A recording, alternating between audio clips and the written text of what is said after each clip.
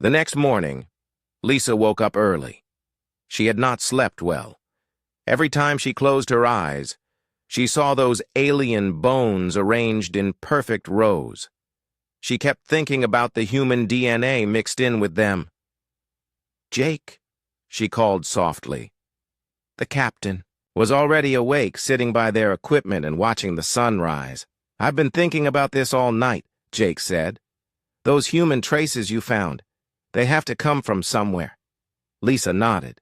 "The scanner shows the strongest human DNA signals are coming from the north, about 5 miles from here."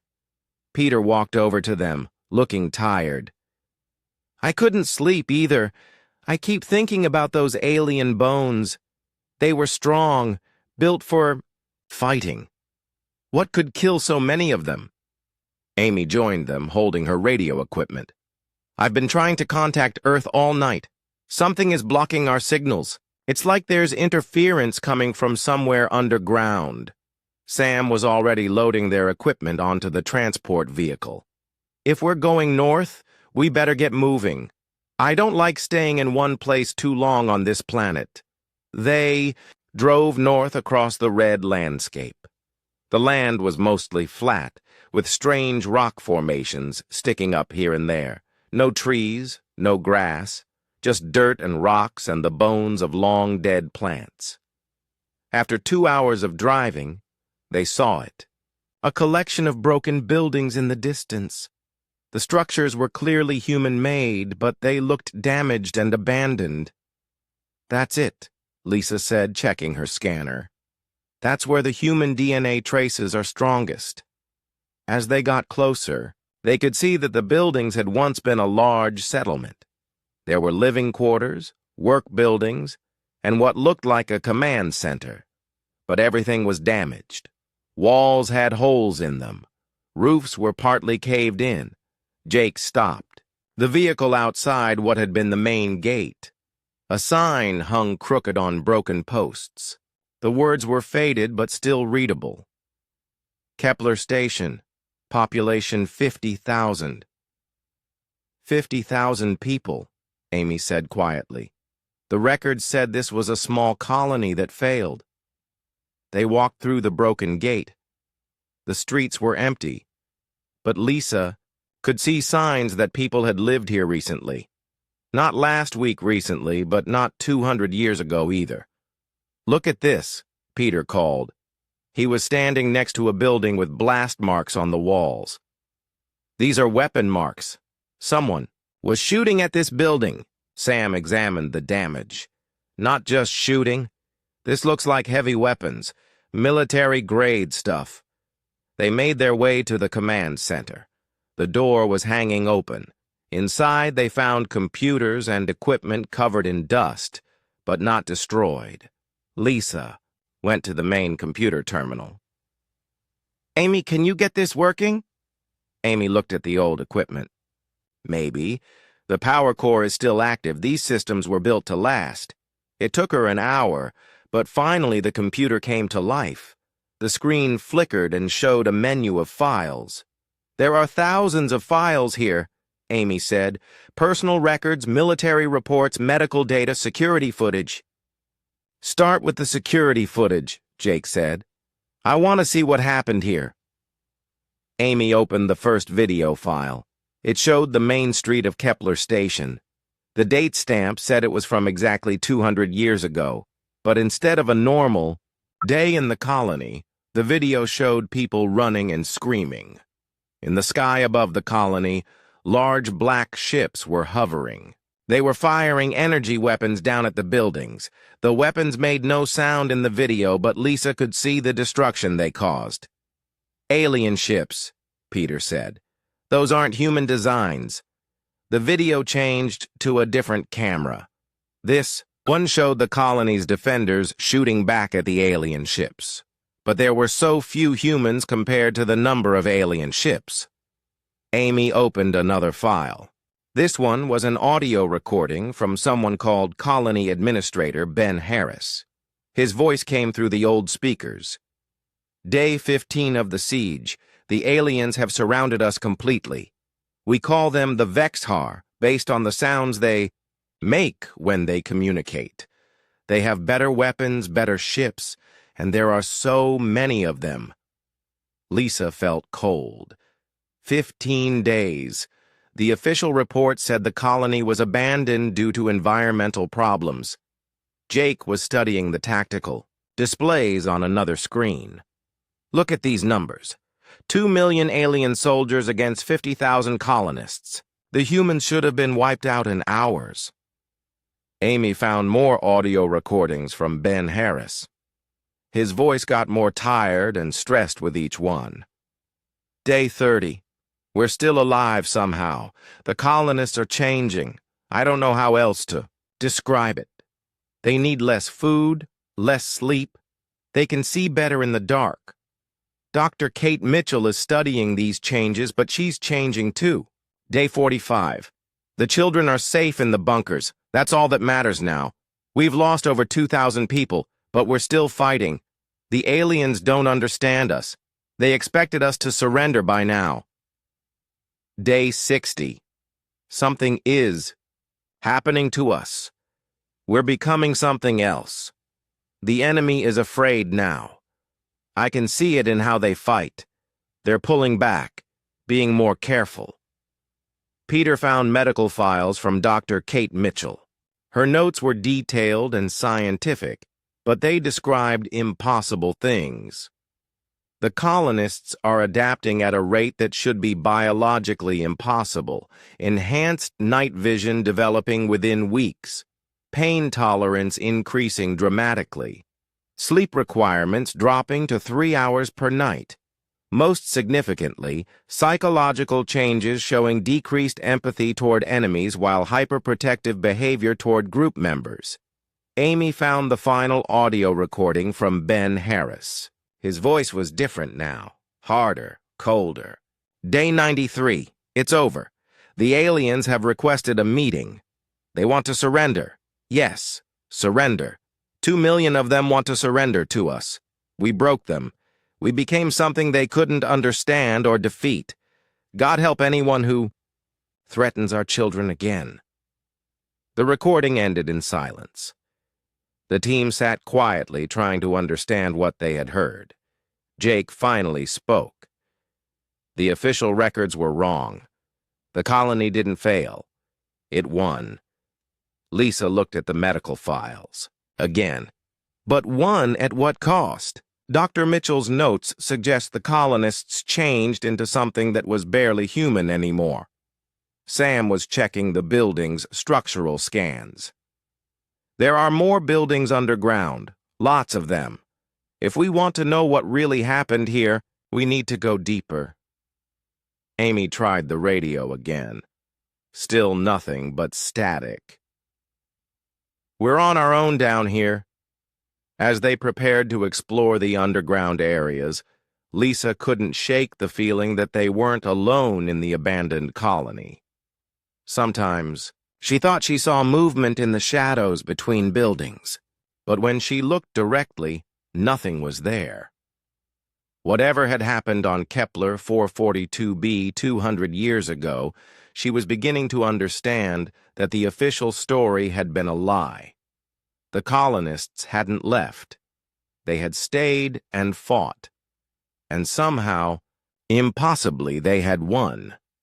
But the question that scared her most was simple. If they had won, where were they now? Dr. Lisa Morgan wiped sweat from her face as she looked at the scanner in her hands. The numbers made no sense.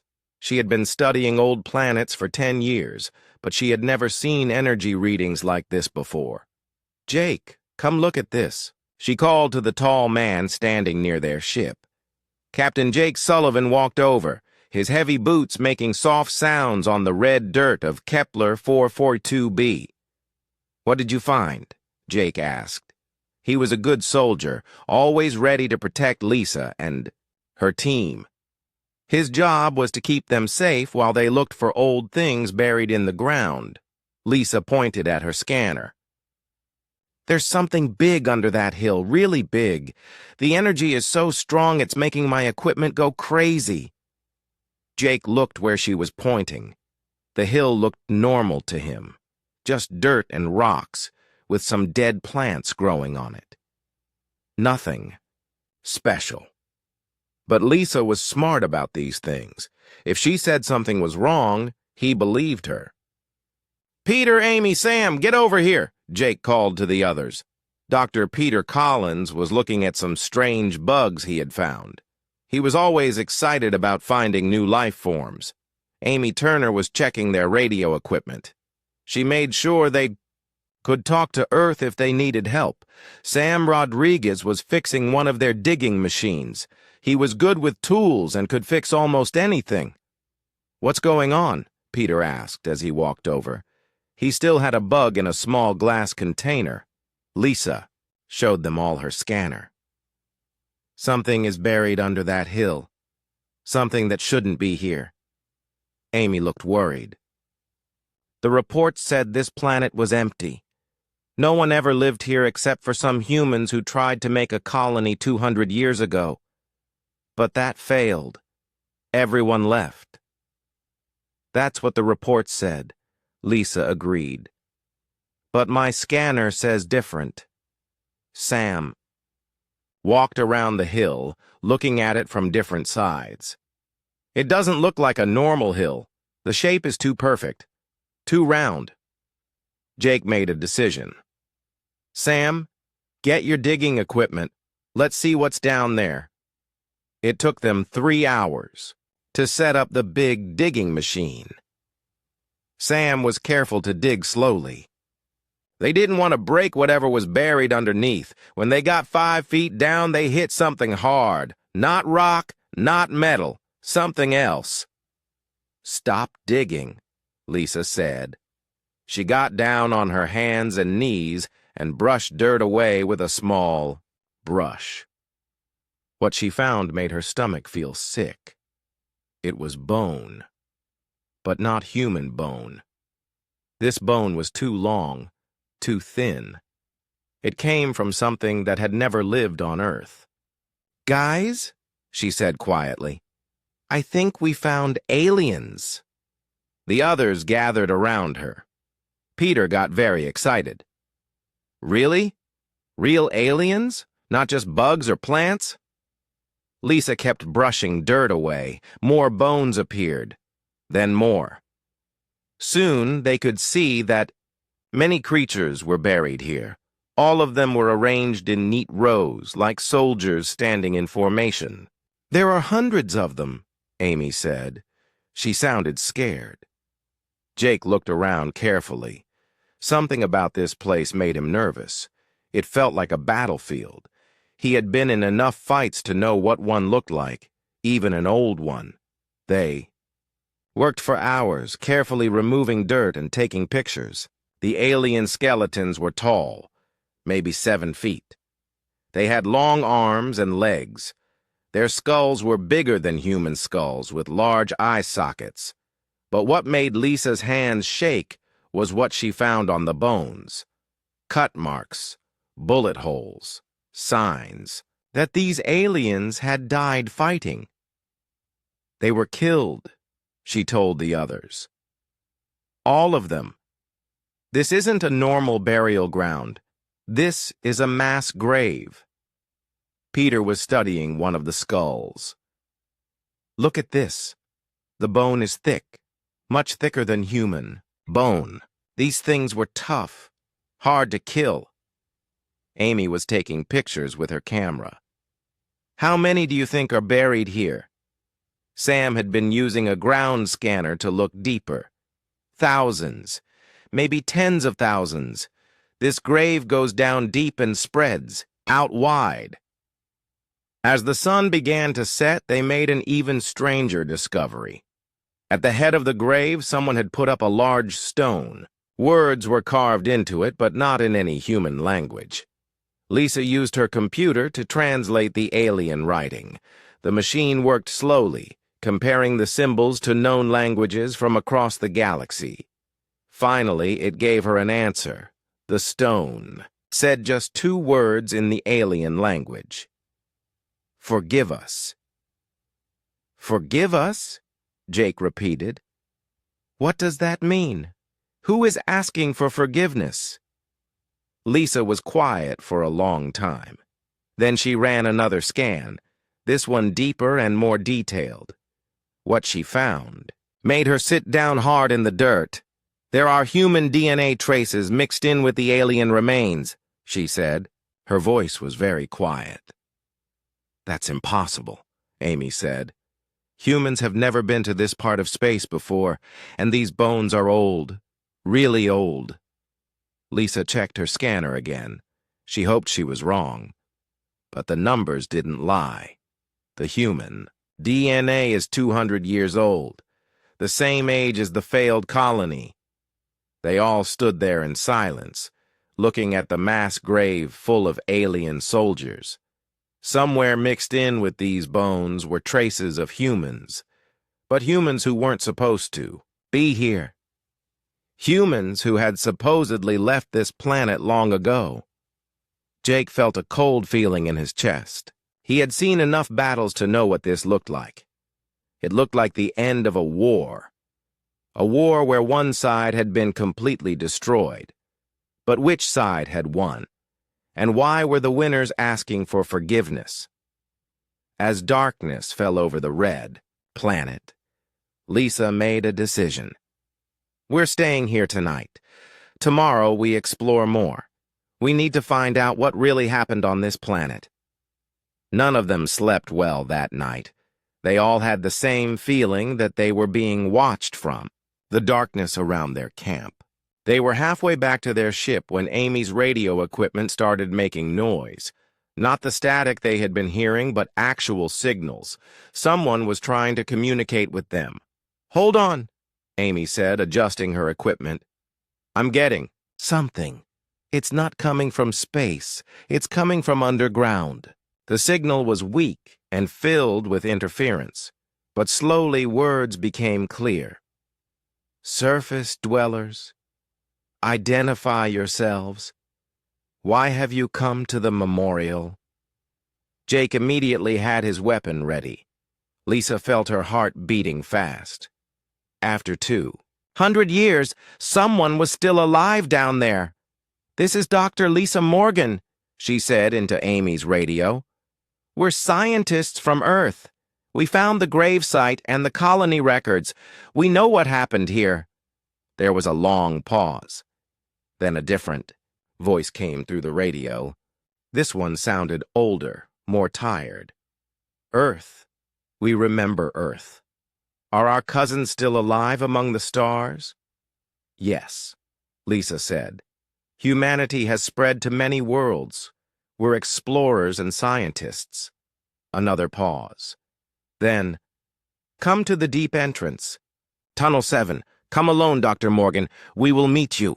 Jake shook his head. "No way. We don't know what's down there." But Lisa was already walking toward the tunnel entrance Sam had found. "They're human, Jake. Changed maybe, but still human. And they have answers we need." Lisa, those colonists, turned into something that scared their own children, Peter said. Something that could defeat 2 million aliens. "Exactly," Lisa said. "Don't you want to know how?" Against Jake's protests, Lisa climbed down into the deep tunnel. She took only a flashlight and Amy's radio. The tunnel was different from the ones they had explored before. Smoother. The walls looked like they had been carved by hand rather than machines. She walked for almost an hour before she saw light ahead. Not electric light, but something that glowed softly like moonlight.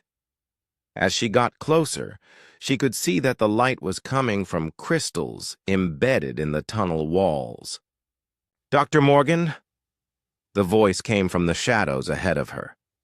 "Stop there, please. Let us look at you first." Lisa stopped. She could feel that she was being watched, but she couldn't see anyone.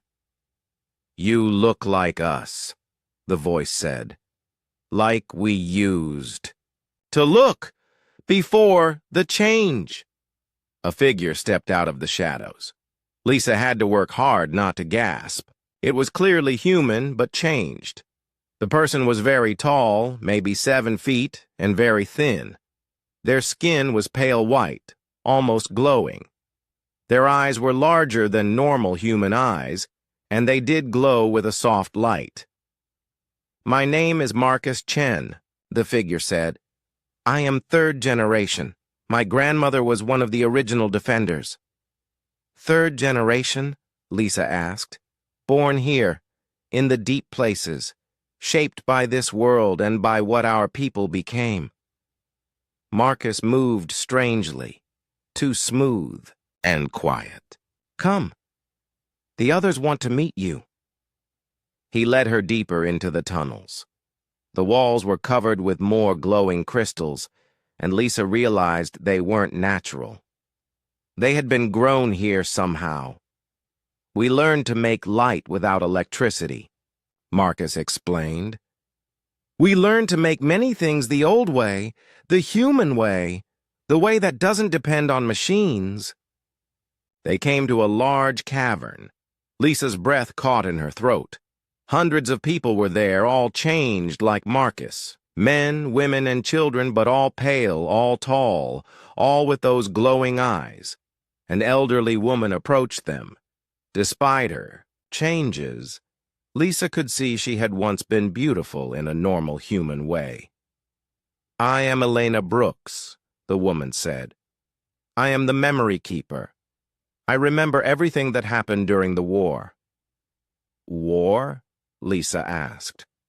"That's what we call it now. The HFY War. 3 months that changed our species forever." Elena led Lisa to a circle of stone seats. Other people gathered around them, all listening carefully. "Tell me what you found in the records," Elena said. Lisa described everything they had discovered: the alien grave, the colony records, Dr. Mitchell's research, the underground bunkers. Elena nodded. "All true. But you only found the beginning of the story. You didn't find what we became." She stood up and began to tell the real story. The HFY came expecting to find normal humans. Soft, weak, easy to kill. They had done this to other species. They would land, demand surrender, and when it was refused, they would destroy everything. But humans don't surrender when their children are threatened. Instead, we adapt, we change, we become what we need to become. A younger man joined the circle. He was even more changed than the others. His fingers were longer, his movement more like a hunting animal than a human. "This is Danny White," Elena said. "He is one of our hunters. Show her, Danny." Danny moved so fast that Lisa barely saw him. 1 second he was sitting, the next he was behind her, his long fingers just touching her neck. He could have killed her instantly if he wanted to. "We became perfect predators," Elena continued as Danny returned to his seat. "We had to. The HFY were stronger than us, tougher than us, and they had better weapons. So we became something they couldn't understand." "What do you mean?" Lisa asked. Marcus answered. "The HFY fought like soldiers, with rules, with formation, with honor. We learned to fight like humans. Without rules, without mercy, we became their nightmare." Elena's eyes glowed brighter as she remembered. "By the end of the war, HFY soldiers would kill themselves rather than be captured by us. Not because we tortured them, but because we studied them. We learned how they thought, how they fought, how they feared. We became so good at hunting them that they couldn't sleep, couldn't eat, couldn't think about anything except how to avoid us," Danny added. "We turned their own tactics against them. We made them afraid of the dark." Lisa felt cold. The gravesite. All those dead aliens arranged in formation. "Their final gesture," Elena said. "When their commanders realized they couldn't win, they asked to meet with our leaders. They offered to surrender completely, leave our space forever. never return. But we said no, Marcus said quietly. Why? Lisa asked. Because surrender wasn't enough, Elena replied. They had killed our children. They had threatened our families. We wanted to make sure they would never threaten any human children ever again. So we made them bury their own dead in formation, Danny said. Made them carve forgive us in their own language. Made them understand that humans are not prey. We are the predators, Lisa understood now. You didn't just defeat them. You broke them. Completely, Elena confirmed. The Vexhar sent warnings to every other species in this part of the galaxy. Stay away from human space. Never threaten human children. Because if you do, something terrible will come for you in the dark. And then? Lisa asked. Marcus looked sad. Then we realized what we had become. Our own children were afraid of us. We looked in mirrors and saw monsters. We had saved our families by becoming something they couldn't love. Elena continued. So we made a choice. We went deep underground. We let the galaxy think the colony had failed. We let Earth think we had died or left. We became the Watchers, in the dark. Watchers? Lisa asked. We spread out among the human colonies, Danny explained. Hidden, secret, watching for threats, making sure that what happened here never happens again. Lisa realized what they were telling her. You're still out there, on other worlds, protecting humans who don't even know you exist. Someone has to, Elena said simply. The galaxy is full of species that see humans as weak. They need to know that we're not. They need to know that something terrible guards human children. As Lisa prepared to leave, Marcus gave her a final message. Tell your people back on Earth that the children are still safe. Tell them that the Watchers are among the stars, and tell them that if anyone threatens human families again, we will be there. Walking back through the tunnels to the surface, Lisa understood that she had discovered something that would change everything. Humanity wasn't just spreading through the galaxy as explorers and colonists. They were being protected by guardians, who had given up their humanity to keep other humans safe. The question now was what to do with this knowledge. Sam found the entrance to the underground levels behind the command center. It was hidden under a piece of metal that looked like part of the floor, but his scanner showed empty space underneath.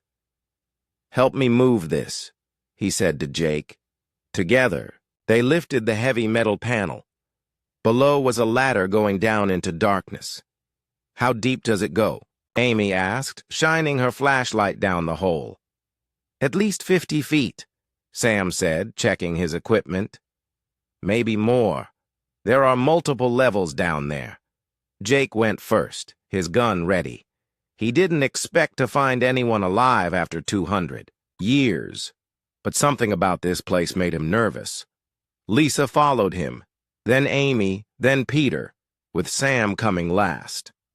The ladder led to a long hallway with doors on both sides. Emergency lights flickered weakly, giving just enough light to see.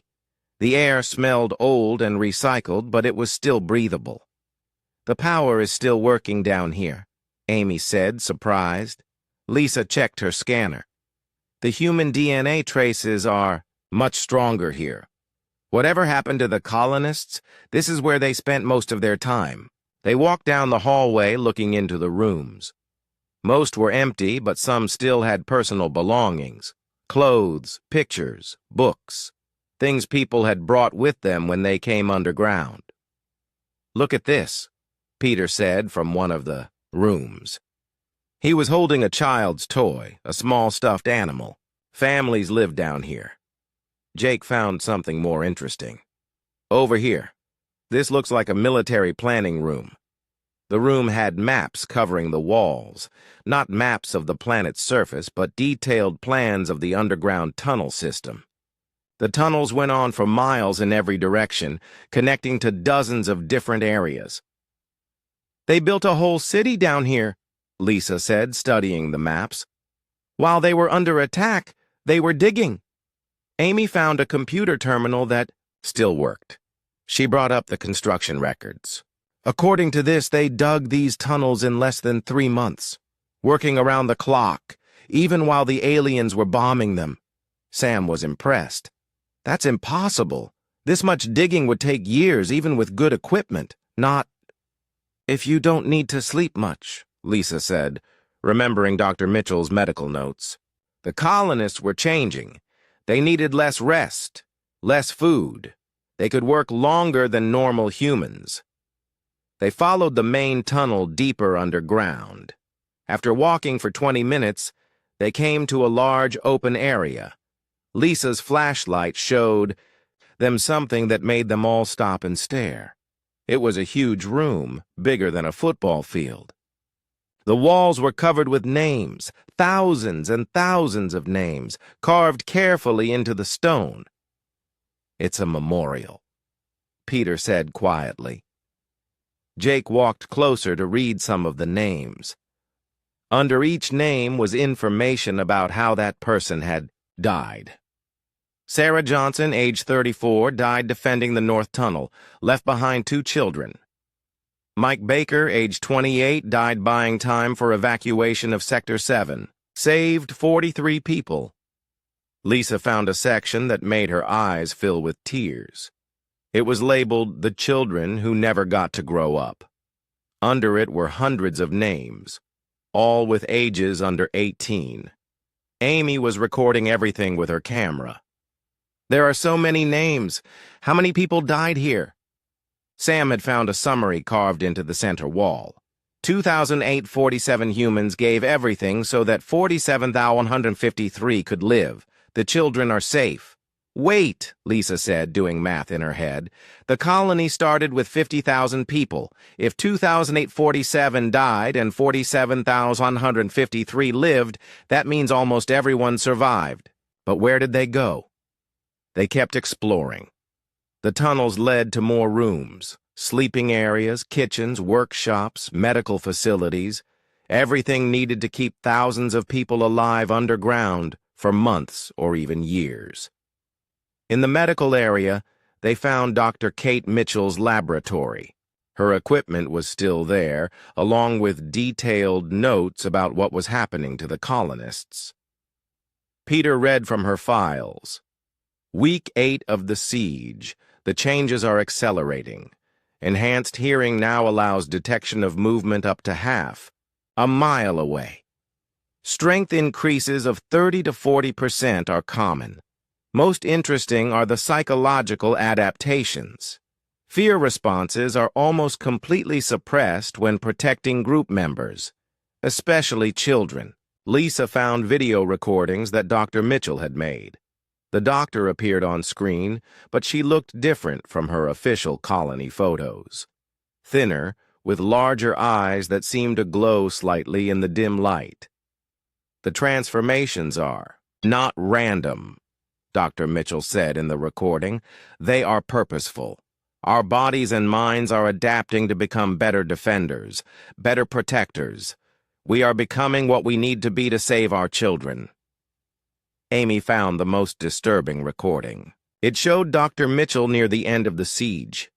She looked almost inhuman now. Her eyes were definitely glowing and her movements were too quick and smooth. "We won," she said to the camera. "The aliens are retreating, but we paid a price. We are no longer the same species that came to this planet. We are something new, something harder. Something that will never again let harm come to human children." Jake found the final area, the nursery bunkers. These rooms had been built to protect the colony's children and elderly during the fighting. The walls were thick metal and concrete. The air systems were separate from the rest of the complex.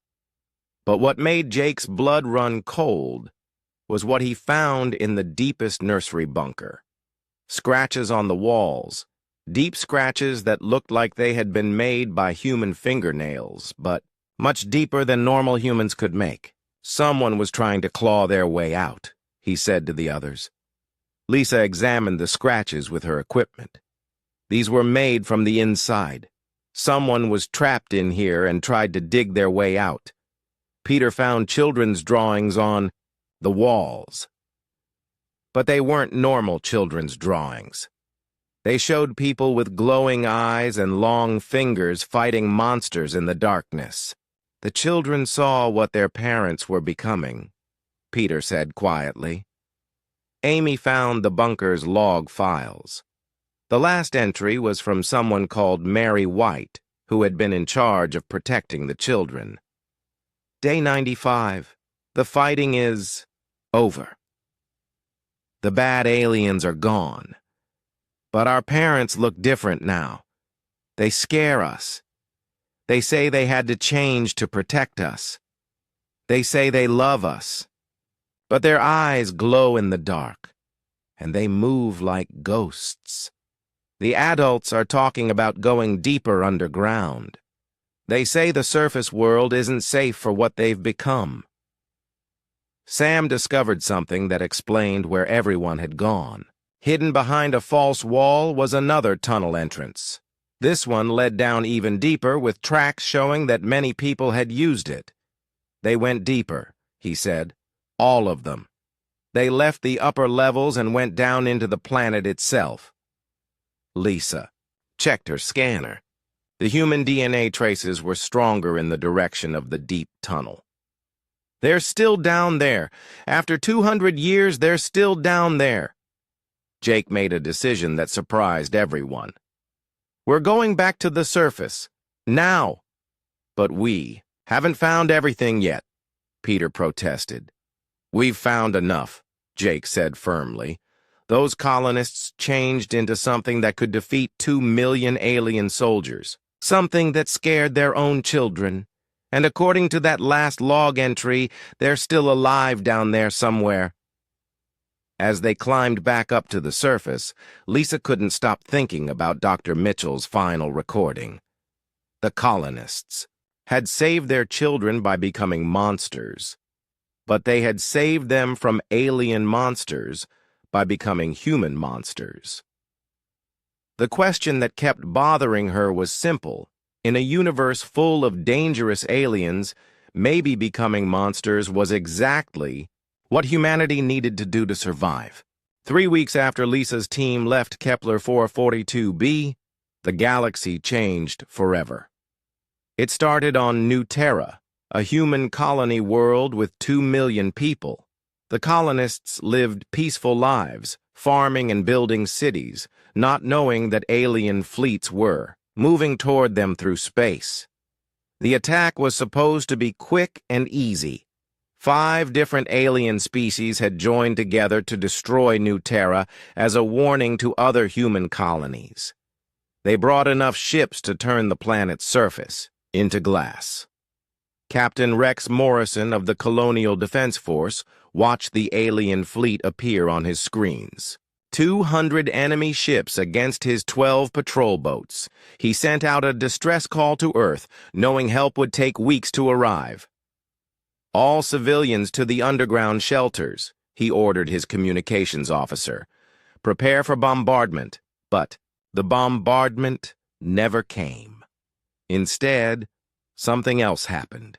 Ships began disappearing from the alien fleet, not destroyed by weapons, just gone, vanishing from sensors as if they had never been there. Admiral Kethvar of the Zephyrian fleet commanded the attack. He was a veteran of many wars against species that couldn't fight back. Humans were supposed to be just another easy target. Where are my ships going? He demanded from his bridge crew. His tactical officer's voice shook as he answered. Unknown, sir. We're detecting movement around the missing ships just before they disappear. Something is out there. What kind of something? We don't know. Our sensors can't lock on to it. It moves too fast and too quiet. Admiral Kethvar ordered his remaining ships to form a tight defensive circle, but it didn't help. More ships kept disappearing, taken by invisible hunters moving through space like ghosts. On New Terra, Captain Morrison watched in amazement as the alien fleet fell apart. "What the hell is happening up there?" His sensor operator was equally confused. "I'm detecting human life signs near the alien ships, but that's impossible. We don't have any ships out there." Then Morrison's radio crackled to life. A voice he didn't recognize spoke in calm, cold tones. "New Terra Defense Command, this is Hunter Team 7. The threat to your colony is being eliminated. Keep your people in the shelters until we signal all clear." "Who is this?" Morrison demanded. "Identify yourself." "We are the Watchers. We have been protecting human colonies for 200 years.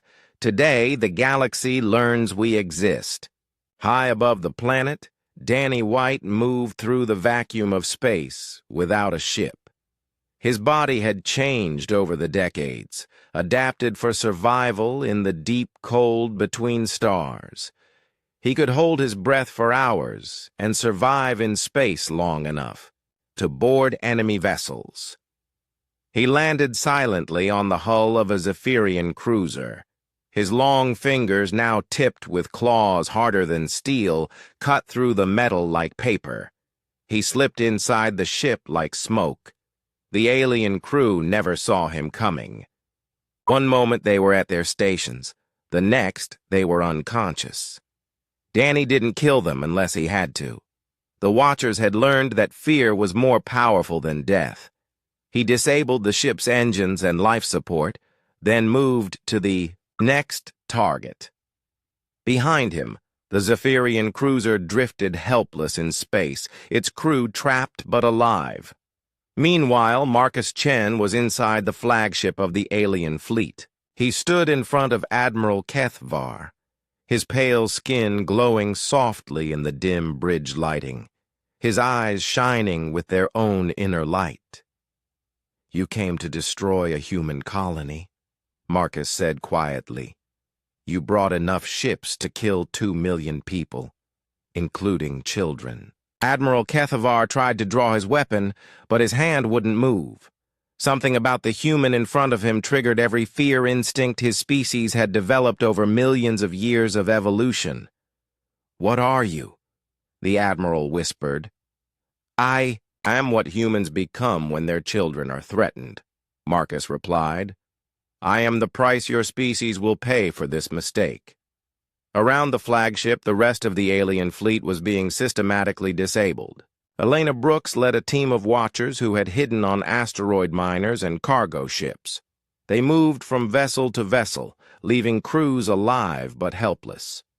The Watchers didn't use weapons in the traditional sense. They had become the weapons. Their changed bodies could survive in environments that would kill normal humans. Their enhanced senses could track enemies across vast distances. Their altered minds could calculate battle tactics that normal military strategists couldn't imagine. But most importantly, they understood fear. They had learned from the HFY War that the most powerful weapon wasn't destruction. It was the knowledge that something terrible was hunting you in the dark. Within 6 hours, the entire alien fleet was neutralized. Not destroyed, but captured. 200 enemy ships floating dead in space, their crews alive but terrified. Marcus stood on Admiral Kethvar's bridge and activated the fleet's communication system. His message went out to every alien species in the galaxy. "This is Marcus Chen, speaking for the Watchers of Humanity. You sent a fleet to destroy one of our colonies. Your fleet has been defeated without the loss of a single human life. For 200 years, we have remained hidden, protecting human space from threats you never knew existed. Today, we step into the light because you have forced our hand." The species represented in this fleet will be returned to their home worlds unharmed. They will carry a message. Human colonies are not defenseless. Human children are not unprotected. There are guardians in the dark, and we are very good at what we do. To any species considering aggression against humanity, remember what happened to the Vexhar. Remember what happened to this fleet. Ask yourselves if your cause is worth facing. What we have become. On New Terra, Captain Morrison received a final message from the Watchers. The immediate threat is over. Your colony is safe. We will remain in this system until Earth fleet arrives. The captured alien crews will be turned over to human authorities. But understand this. We are not your military. We are not under Earth's command. We are humanity's guardians, and we will protect human families by whatever means necessary. Morrison tried to respond, but the communication channel had closed. The Watchers had delivered their message and disappeared back into the shadows. News of the New Terra incident spread across the galaxy within days.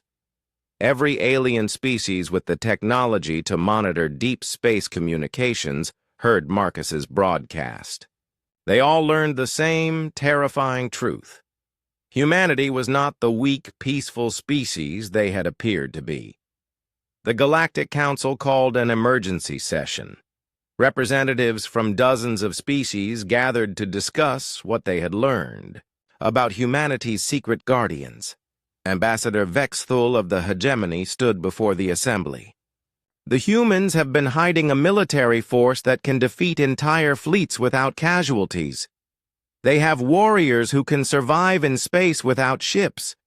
They have been watching us, studying us, preparing for war while we thought they were just explorers and farmers. What do we do? Asked Council Speaker Morden. The answer came from an unexpected source.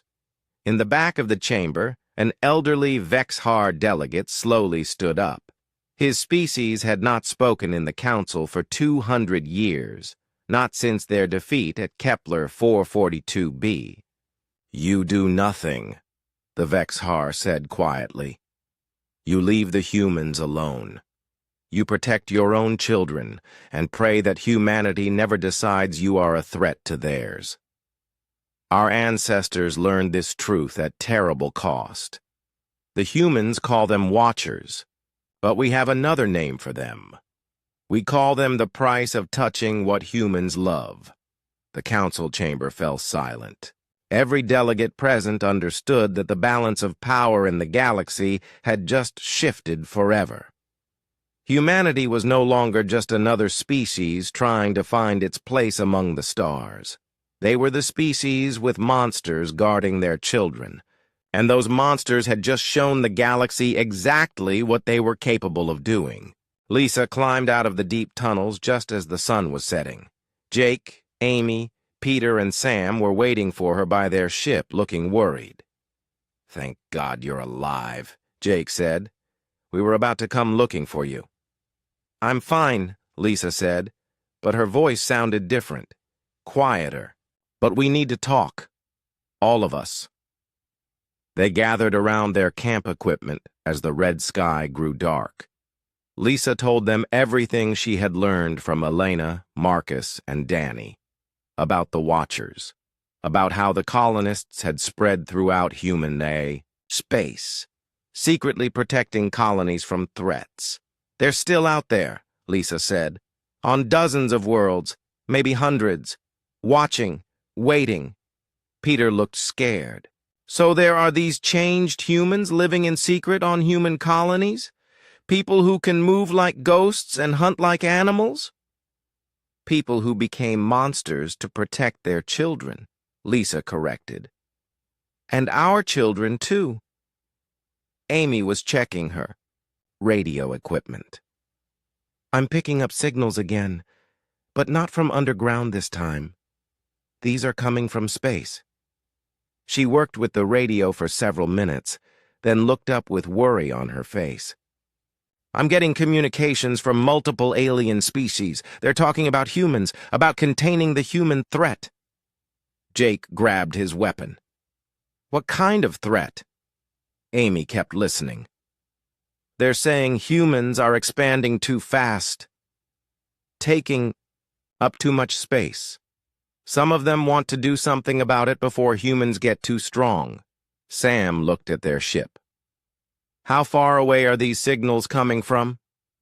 Close, Amy said. Maybe a few star systems away. And they're not just talking. They're organizing, putting together some kind of alliance. Lisa felt cold. The galaxy was planning to move against humanity, just like the Vexhar had moved against the Kepler colony 200 years ago. We need to warn Earth, Peter said. But before Lisa could answer, her radio crackled to life. It was Elena's voice, from deep underground. Dr. Morgan, we have been monitoring the same signals your friend is hearing. The galaxy is moving against humanity. What do we do? Lisa asked. You have 3 choices, Elena replied. First choice, warn Earth about us. Tell them about the Watchers. This might make other humans feel safer, but it will also let alien enemies know that we exist. They might find ways to fight us. Second choice, say nothing. Let humanity continue to seem weak and peaceful. Keep our secret. But humans might be caught unprepared when the attacks come. Lisa looked at her team. Jake was thinking like a soldier, considering tactics. Amy was still listening to the alien. Communications. Peter was thinking about the science of what the colonists had become. Sam was thinking about practical problems. What's the third choice? Lisa asked. Elena's voice was quiet when she answered. Let us come out of hiding. Not all of us, but some. Let the galaxy see what humans can become when threatened. Show them what happened to the Vexhar. Marcus's voice came through the radio. We have been hidden for 200 years, but if the galaxy wants to test humanity again, perhaps it's time for them to remember what fear feels like. Jake stepped forward. How many of you are there? How many Watchers? Enough, Danny's voice replied. On every human world that matters, in every star system where humans live, we have been preparing for this day. Amy looked up from her radio. The alien signals are getting stronger. More species are joining their alliance. They're talking about a coordinated attack on multiple human colonies. Lisa made her decision. Elena, if you and your people reveal yourselves, what happens? The galaxy remembers why they feared us, Elena replied. But humanity also learns what some of us became to protect them. Your people will have to decide if they can accept guardians who are no longer fully human. Peter asked the question they were all thinking. Are you still human? Really? There was a long pause. Then Marcus answered, We are what humans become when their children are threatened. We are what love looks like when it has claws and glowing eyes. We are the price of survival in a hostile universe. Lisa thought about everything she had learned, about the mass grave full of alien soldiers, about the colonists who had changed themselves to protect their families, about the Watchers who had spent 200 years secretly guarding human space. I want to talk to my team first, she said into the radio. She turned off the radio and looked at Jake, Amy, Peter, and Sam. This is bigger than just a scientific discovery. This decision affects all of humanity. Jake spoke first. From a military perspective, having secret guardians watching over human colonies is good. But if alien enemies know about them, they might prepare countermeasures. Amy nodded. The alien communication suggests they're planning something big, multiple species working together. Humanity might need all the help we can get. Peter was troubled. But these Watchers, they're not really human anymore. They've changed too much. What if they decide that normal humans are too weak? What if they decide to take over instead of just protecting? Sam had a practical view. They've had 200 years to take control if they wanted to. Instead, they stayed hidden and let normal humans run their own lives. That tells me something about what they really want. Lisa walked to the edge of their camp and looked up at the stars. Somewhere out there, alien species were planning to destroy human colonies. But also, somewhere out there, changed humans were watching and waiting, ready to protect families they had never met. She walked back to the radio. "Elena, are you there?" "Yes." "If you come out of hiding, if you reveal yourselves, can you stop this alien alliance?" "Yes," Marcus answered. "But the galaxy will never see humans the same way again. We will no longer be the peaceful explorers. We will be the species that has monsters guarding its children." Lisa looked at her team one more time. Then she made the choice that would change humanity's future. "Do it," she said. "Come out of hiding. Show the galaxy what humans become when their families are threatened." Elena's voice was sad but determined. "It will be done. The Watchers will reveal themselves. The aliens planning to attack human colonies will learn what the Vexhar learned 200 years ago." Amy was already preparing a message to send to Earth. "What do I tell them?" Lisa thought carefully. "Tell them that humanity has guardians we never knew about. Tell them that some humans paid a terrible price to keep us safe. And tell them that no matter what we become, we never stop protecting our children." As their ship prepared to leave Kepler 442b, Lisa took one last look at the alien gravesite. In a few days, the galaxy would learn that humanity was not as defenseless as it appeared. They would learn that threatening human children brought consequences that lasted for centuries. She just hoped that when the dust settled, humanity would still recognize itself. The forgotten grave had given up its secrets. Now the galaxy would learn why it was full of aliens asking for forgiveness. Jake sent an encrypted message to Earth Fleet Command. "The children are still safe. The Watchers are among the stars. And they're about to remind the galaxy why they should stay that way." 2 months after the New Terra incident, Earth's government was in chaos. President Sarah Williams sat in the emergency council room, surrounded by military leaders, scientists, and politicians who couldn't agree on anything. "We have secret super soldiers protecting our colonies, and nobody told us?" General Frank Hayes slammed his hand on the table. "How is that possible?" Dr. Lisa Morgan sat at the far end of the table. Since returning from Kepler 442b, she had become the government's main expert on the Watchers. "They've been hiding for 200 years, General.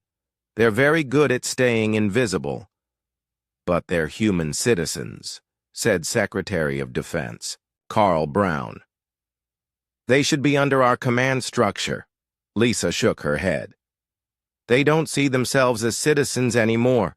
They see themselves as guardians. There's a difference." President Williams looked tired.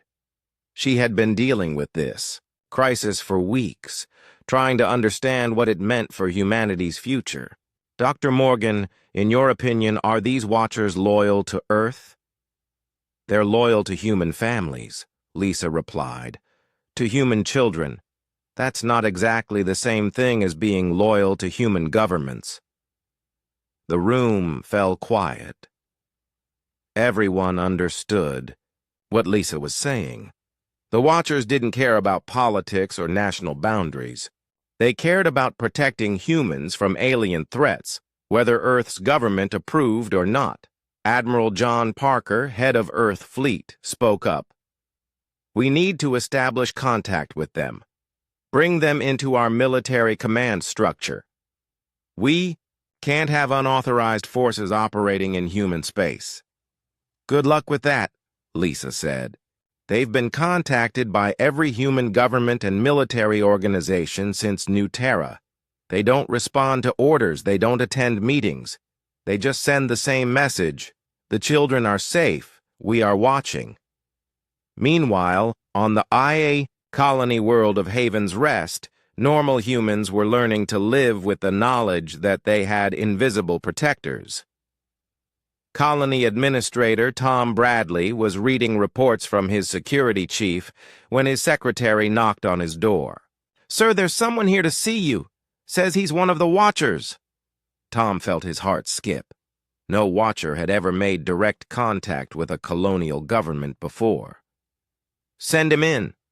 The man who entered looked almost normal, except for his height, and the way he moved too quietly. His eyes had a slight glow that was only visible in dim light. "Administrator Bradley, I am Kevin Walsh. I have been watching over Haven's Rest for 30 years. Tom stared. 30 years? But our colony is only 15 years old. We were here first preparing. We always arrive before the colonists to make sure the area is safe. Kevin sat down without being invited. "I'm here because your people have been asking questions, wanting to meet us, wanting to thank us. Is that wrong?" Tom asked. Kevin was quiet for a moment. "Your people are good people, kind people, but they don't understand what we are. If they saw us clearly, if they knew what we do in the dark places between the stars, they would be afraid." "What do you mean?" "Last month, a group of hegemony scouts tried to establish a spy base on the edge of this system. We found them. We dealt with them." Kevin's eyes glowed brighter. "Your colonists sleep peacefully because they don't know about the screams in the dark." Tom felt cold. "What happened to the scouts?" "They left. Quickly. But not all of them left whole." Kevin stood up. "This is why we stay hidden, Administrator. We do what must be done so that humans like you don't have to become what we became. Back on Earth, the government was trying to figure out how to respond to alien species who now knew about the Watchers. Ambassador Patricia Lee was preparing for the most important diplomatic meeting in human history. The Galactic Council had requested a formal discussion about humanity's undisclosed military capabilities. 12 alien species wanted answers about the Watchers and what they meant for galactic security. Patricia entered the council chamber with a small team of diplomats and Dr. Lisa Morgan as technical advisor. The alien delegates looked nervous. Some of them kept glancing at the shadows, as if expecting Watchers to appear. Council Speaker Morden addressed Patricia directly. "Ambassador Lee, your species has been hiding a military force capable of defeating entire fleets. This violates several galactic treaties about disclosure of military capabilities." Patricia had prepared for this question. "The Watchers are not under Earth's military command. They are not part of our official forces. They are citizens who chose to protect human colonies independently. Citizens who can survive in space without ships," said Ambassador Crix of the hegemony. "Citizens who can disable warships with their bare hands. Citizens who appear and disappear like ghosts. The Watchers developed their abilities over 200 years of adaptation," Lisa explained. "They are human, but changed by necessity and environment." Ambassador Vexthul of the Zephyrians leaned forward. "Our fleets reported that these Watchers showed no mercy to crews who surrendered. They inspired terror in trained soldiers.